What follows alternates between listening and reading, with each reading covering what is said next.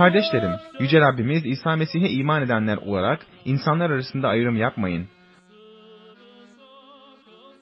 Toplandığınız yere altın yüzüklü, şık giyimli bir adamla kirli giysiler içinde yoksul bir adam geldiğinde, şık giyimli adama ilgiyle sen buraya, iyi yere otur, yoksula da sen orada dur ya da ayaklarımın dibine otur derseniz, aranızda ayrım yapmış, kötü niyetli yargıçlar olmuş olmuyor musunuz? Dinleyin sevgili kardeşlerim. Tanrı bu dünyada yoksul olanları imanda zenginleştirmek ve kendisini sevenlere vaat ettiği egemenliğin mirasçıları olmak üzere seçmedi mi? Ama siz yoksulun onurunu kırdınız. Sizi sömüren zenginler değil mi? Sizi mahkemelere sürükleyen onlar değil mi? Ait olduğunuz kişinin yüce adına küfreden onlar değil mi?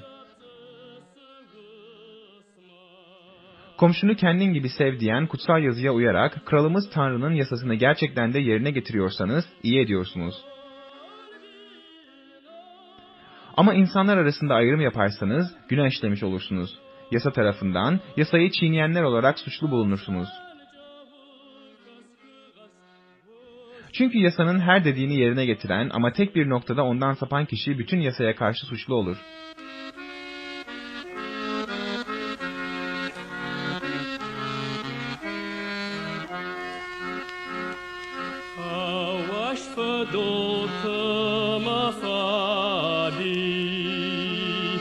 زادت خلر قدامه